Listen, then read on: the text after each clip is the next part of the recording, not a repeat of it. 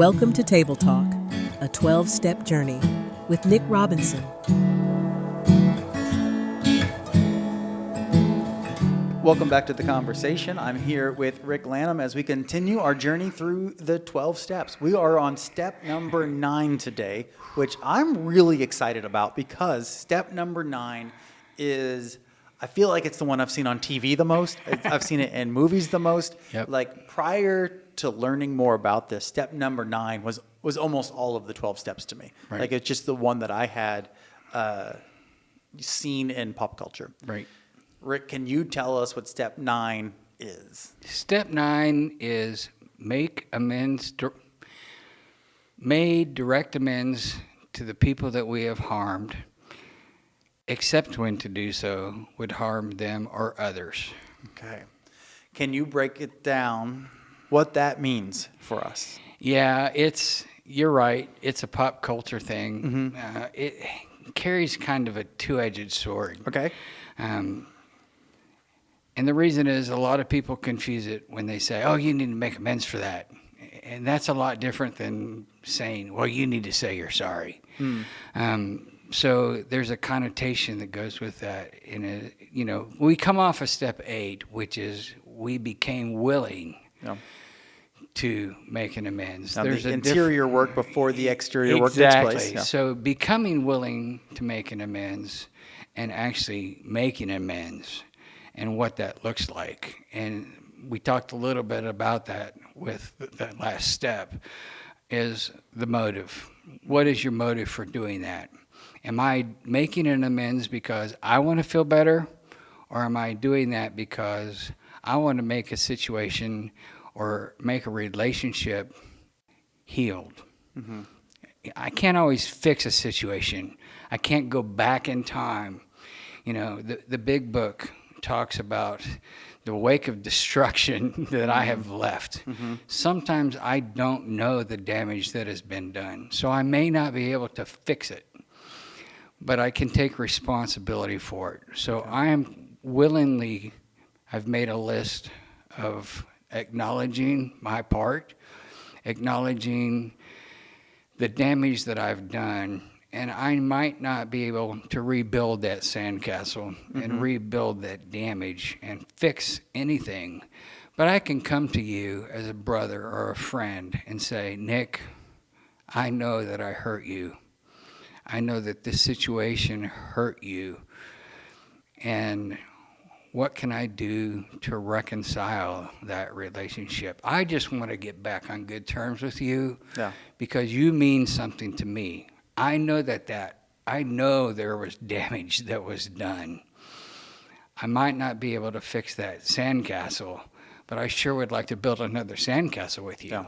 So can you give us an example of an amends that somebody might make when they're doing that? Like what practically does that look like for somebody?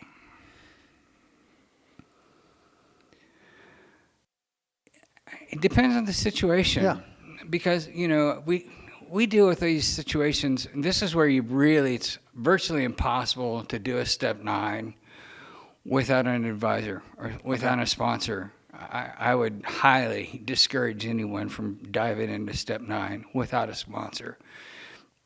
Because as you make your list, you're going to have to divide this up between, is this a relationship issue? Okay. Is this a business issue that involved work? Is this something that had to do, financial restitution? If I stole money from a company and they don't know it, or, in my situation, I had a very large arrears in my child support. I did have the opportunity to have that legally reduced, but I chose not to because I knew that it was rightfully, legally, it was still owed. Yeah. It took a really long time to pay that down, but I did eventually over time. I remember the phone call that I had when I finally called Marion County and I said, something didn't come out of this last check. It was not deducted. Was there a problem that I'm missing? And the lady said, you have a zero balance. And I said, well, what do you mean I have a zero balance? I was in a Starbucks in Beach Grove with a friend. And she said, you don't owe any more child support. You have a zero balance. Your arrears is gone. And I threw my hands up in the air and I said, praise Jesus. And the whole place stared at me like I had lost my mind. And I was so excited. And I literally had tears streaming down my face. And my buddy looked at me like I had lost my mind. And everybody stared at me. But it becomes an issue of integrity on my part in that situation to just do the right thing. I could have jumped through hoops legally and loopholes, but I chose in that situation not to. On a work side, if I have cheated my boss and my boss doesn't know it, and I have moved on and I have another family that I'm supporting, I could lose my job and completely jeopardize everything. In that situation, I need to speak with my sponsor, possibly an attorney, and figure out, except when to do so could harm them or others, and figure out the appropriate, best way to approach that situation. Also, there's something in the 12 and 12 that you have there in front of you that talks about there are certain individuals that I would love to be able to make an amends to, that have caused maybe some emotional and mental growth issues in me that have stunted relationally how I have developed and how I deal with other people. I may have an aversion to letting men get close to me because of a relationship issue that I might have had with my father or my grandfather for whatever reason, and they're deceased. I need to write a letter. Because they've passed on. Yeah. So my sponsor says, write a letter lovingly, gently, and reconcile your relationship to your father. Go to his graveside, sit down, read your letter, make that amends, reconcile the bitterness and resentment that you have towards your father, and burn the letter. Take the time to heal. This is not about saying I'm sorry. And again, the motive. When I come to you, am I expecting it's okay, Rick. I forgive you. If all I want is a forgiveness, or I loved what Maddie said in step 8 when she said, it was easy for me to make my list of people that harmed me. I just made a list of the people that harmed me because I harmed them back. And so, tit for tat, you're just making a tic-tac-toe list and playing ping pong with your list of people that have harmed you. So that's who you're going to put on your list, and that's who you're going to go make amends to. Yeah. That's not the right motive. Yeah, so I hear a few things going on. So when you're making amends, this is intentional. Like, you got to sit down, and for each person, for each thing that you've identified, it's not a cookie cutter response that's coming out of some book or out of someone else. Like, you got to really think about this situation and this person and how are they going to receive you. And like, if it's dollars and cents, that's maybe pretty straightforward. In a lot of, like, I owe someone money, I'll pay them the money that I owe them. But in these more complicated places where people have passed on, or relationships can't be, re-engaged as easily, you have to sit down with someone who's been through it and really come up with a game plan on the amends. I also hear that it's not like just going to someone and being like, I'm really sorry, what can I do to make this up to you? And just asking them, like, to give you a chore list or something to do. Exactly. Well, and you have to realize you're looking at a list of people that you're willing to make amends to.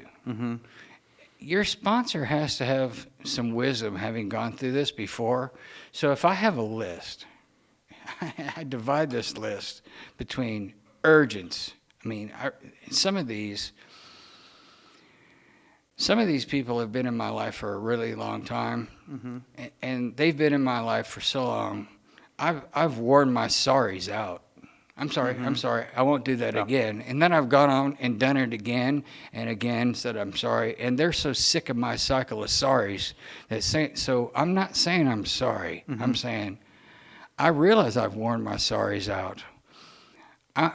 Forget the apologies. I'm just going to show you, because actions speak louder than words. I'm going to show you by my behavior, my changed life, that I am no longer that guy.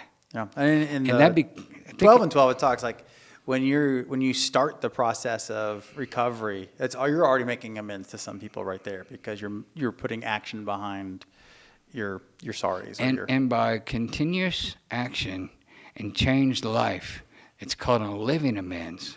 And I'm no longer that person. I don't have to tell you a thing.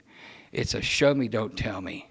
So my living amends speaks more than if I ever come to you and say anything ever again. So there's even a name for that already. Absolutely. Well, Rick, let's pause our conversation there and bring our guest out as we continue talking about step number 9. We'll be right back with Erin as we continue our conversation. Okay.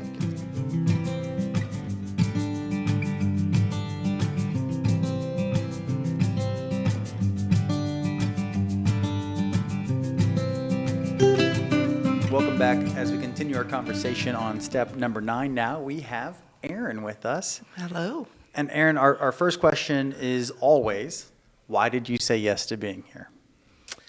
I said yes because it had been a while since I've shared my testimony and about who that I am. And I really felt like God had placed it on my heart that this was something I needed to do. Yeah. So here I am. Okay, so step number 9, what was your experience like with step number 9? Step 9 was a very hard experience for me. I had to walk through and be able to forgive my parents, siblings, ex-husbands, all of that. But I think the hardest part for me was being able to forgive my brother. Okay. Yeah. And so what was unique about that situation for you? I didn't harm him. So there wasn't the tit for tat, the you hurt me, I hurt you back. It felt more one-sided. Correct, Yeah. absolutely. So as I was growing up, I was about 7 years old, and my brother had sexually molested me. Gosh. Yeah, and it was pretty rough. Not knowing this, I had turned to drugs and alcohol at the age of 18, 19 years old. Continued the cycle of, bad relationships, searching for that kind of love, going through abusive relationships, all of that. And when it came time for me to make that amends list, I, in turn, had to actually go to therapy. Okay. So there was a lot of pre-work that needed to happen first. A lot of pre-work. And so when you talk about going to therapy to heal, to be ready for that, like just in your case, like how long were you in therapy to get ready for that? I'd say with the curriculum that we had walked through, it was probably 9 months to Okay. a year, Yeah. if not a little bit longer. Yeah. So yeah, Yeah. it was very, very hard.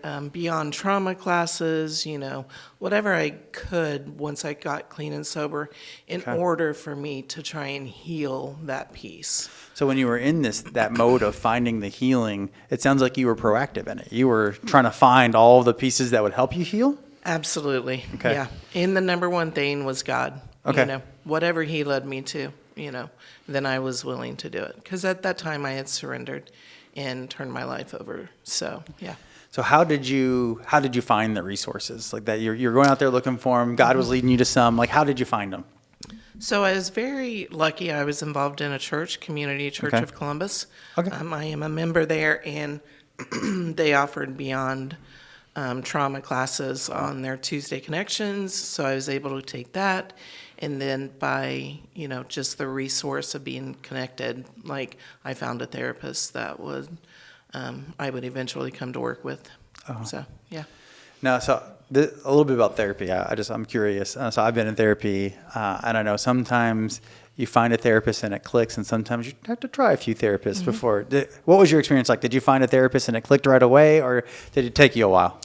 No, we clicked. Okay. We clicked. We bonded because we kind of had the same similar situation. And so, it was just automatic, like bond that we had. We built the relationship through that and through other places in our lives. And so, yeah, it was a great time. You know, it was a difficult time, but it was a really good relationship. So I'm picturing doing this pre-work, getting ready for making the amends, and this really tough situation.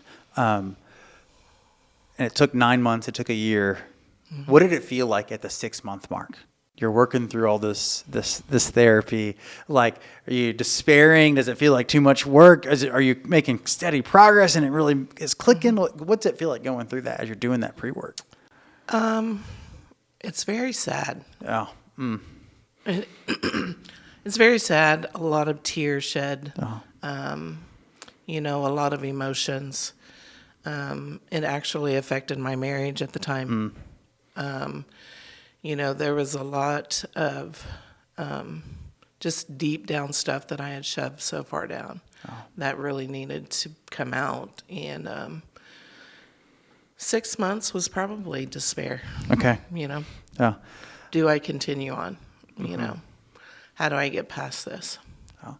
How did you stick with it? I was committed. Yeah. It takes willingness. Mm-hmm. Willingness and a commitment for you to really delve deep like that and to want to heal from something so traumatic in your life. Can I ask what made you want to heal that badly? Because some people are hurt and they're not ready to want to heal that badly. Mm-hmm.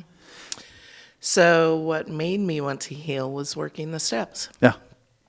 Finding out that these things, that I had done in my past, not only just this situation, but all the things that I had done in my past, and going through the 4th step and writing that all out, all of the things that I had done. And then getting to that part where it says, okay, who has harmed you? So I knew that it was my time at that point to figure out what I needed to do in order to move forward in my life, to create a healthier lifestyle for myself. So as you're making amends, you're seeing these places that you've damaged people. What was it like when you actually went to somebody to make amends with them, to apologize or to try to make things right with them? What does that feel like to actually do? So with my parents, it was a letter because they are both deceased. Mm-hmm. With my 3 children, that is a living amends. Oh. Whenever something would happen or will happen to come to mind, and I am with them, and I'm like, I'm so sorry that I wasn't present in your life, or that this happened, and but I'm here now. Okay. So building that, having that reconciliation and building a good solid relationship with all 3 of my children today has been the most joyful, the most secure in safety that I have felt since I was 6 years old. Oh, wow. Yeah. And that you had to build that intentionally. Yes. Oh. Absolutely. Can you give us one example of a way that you've intentionally, because I think a lot of people would love to have that relationship with their kids, no matter where, no matter what their life situation is like. What can you give us one example of something you intentionally have done to help build that relationship? I would say that I did not wait for them. I made myself present, and I made myself known in telling them that this is what I'm going through. Yeah. Like, I'm no longer using drugs. I'm in recovery now, and then just having to show them. And they seen the commitment that I had, because each and every week I was going to meetings, I was leading meetings, I was being secretary. I was doing all of these things, and so I had to not prove, but show them that I was sincere in that I loved them unconditionally. And so I just told them I was sorry, showed them what I was doing, and then from there, our relationship just kept building. So, I kind of like the phrase trust but verify. oh yes, Right? Yeah. I also like faith without works is dead. You know, Mm-hmm. a sorry without a change is not a sorry. Like those Absolutely. kinds of things. Like the work has to go with the words. absolutely. When you first started making these amends with your children, Mm-hmm. what was their response like? They didn't trust me. No. They didn't trust me. They were my youngest son and daughter were with their father at the time, and our relationship was abusive. And so they were getting one side from him and one side from me. So, you know, they didn't trust me. My oldest son, I had to ask him to forgive me because I allowed him to use drugs with me, you know. And so when I had the opportunity to apologize to him, he actually had to learn how to trust me too, because he was going through his own trials at that time, you know. So it wasn't an overnight thing. It just wasn't. Can I ask how long have you been in this process, and how long did it kind of take to build that trust for you? I have been in the process of recovery for 17 years and 10 months. Yeah. Yeah. And I would, oh my goodness, it probably took my daughter 5 years to come around. My boys, not so much, but my daughter was really the one who I think struggled the most with me, because I just really wasn't there as a mom for her, you know.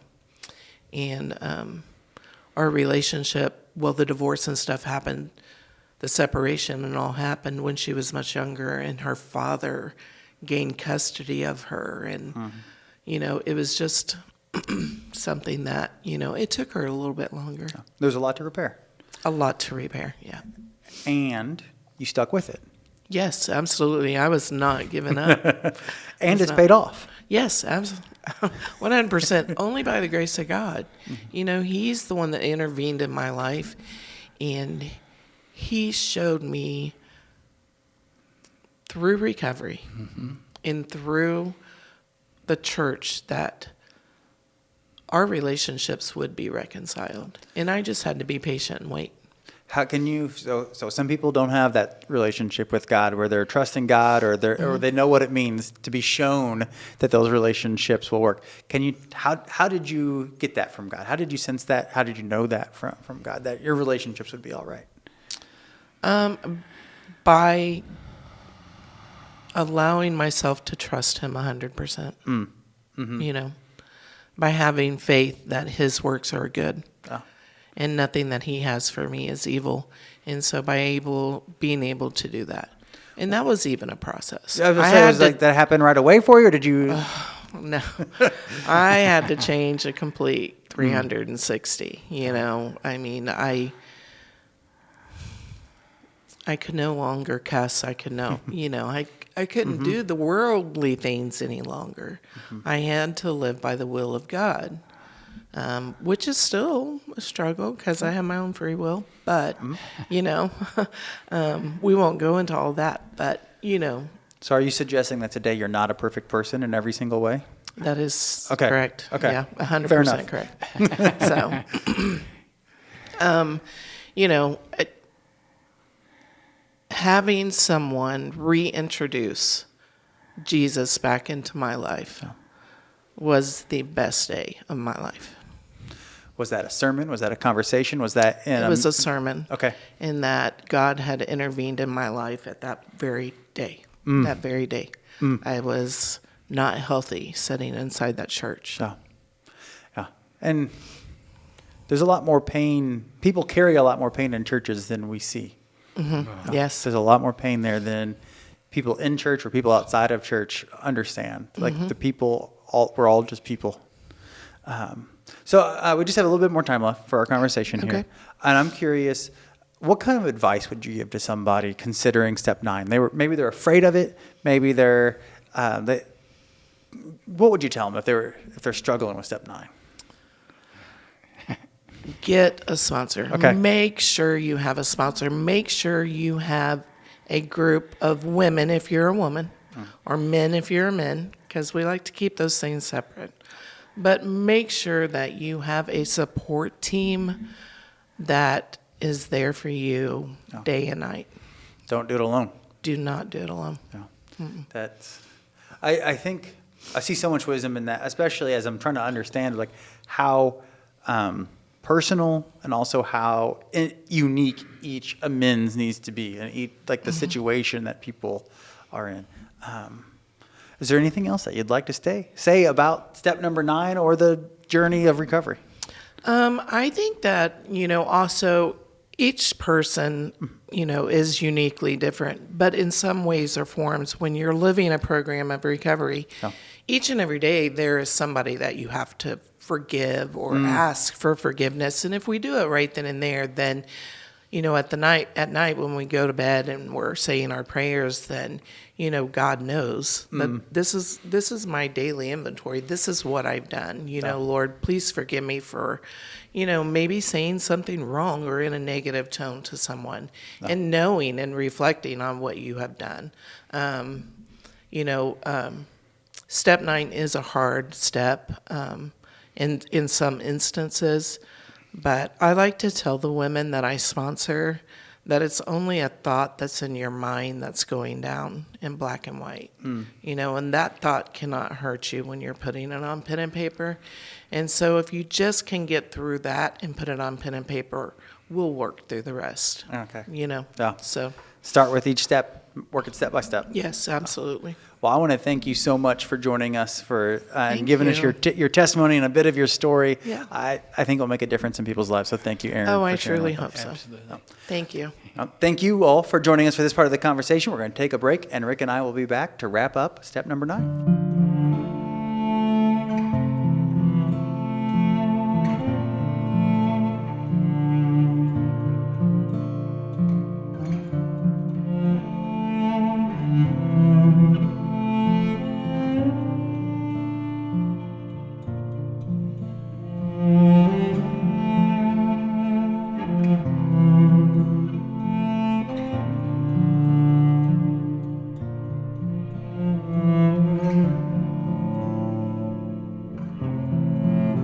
Welcome back as we continue wrapping up this step 9 conversation. It's a big step, and we're just barely scratching the surface on this Sure one. are. I know I have lots of questions still, and you guys might too. And so we're going to just try to wrap it up this way. Rick, I'm still wondering about like the practical application of this. What's it really like to make amends? I was sitting there thinking the same thing as Erin was talking, trying to remember some of mine. Yeah. Obviously, making amends with somebody that you've harmed means that you've been in a relationship with them so that you could experience life, go through something. Yeah. You're close enough to hurt them. Well, yeah, you can't hurt somebody that you don't share a life with. So it's not just somebody that you meet on the street. It's not somebody, I think, that you're going to send a text to and go, hey, sorry for what happened when we were 8 years old and I beat you up on the playground, or I assaulted you in the parking lot with a baseball bat. Hope you forgive me, and bygones are bygones, and everything's okay. Yeah. So that's not a viable, practical way of making amends. And the living amends thing that she talked about, where you prove, and what came to my mind when she used the word prove was not so much I've got something to prove, but you demonstrate by the way that you live, because actions speak louder than words. It's consistency is what came to my mind as she was speaking that out, that you are a different person, changed life, transformed life is the best proof. Yeah. The proof is in the pudding, so to speak. So because I have a relationship with a person, you set aside time. It's intentional. Okay. And you take the initiative and you go, basically, look, I don't know if you recall, probably do, but if not, there's something I need to talk to you about. And I need to make an amends. That phrase, because it is culturalized, it is normalized, it is advertised, it is put on TV shows, whatever. And you address an occasion or a pattern of behaviors that lasted for a season or a time. And my part in it was this. I want to take responsibility for my part. You may or may not share that. You may or may not forgive me. I would like to move past that. I can't necessarily fix what happened in that occasion, but you are important to me as a person. I care about and would like to have an ongoing, continued, or renewed relationship with you as a person. I value that. I don't know if we can have a start over or not, a do-over, but it's important enough for me to set this time aside and say, what do you think? They may say, go jump off a bridge. I don't want that. I've managed this long without you, and I'm not interested. They may say, I haven't thought about that in 3 years, 5 years, 10 years, whatever. They may say, Rick, I'm so glad you're here. I've carried the same burden.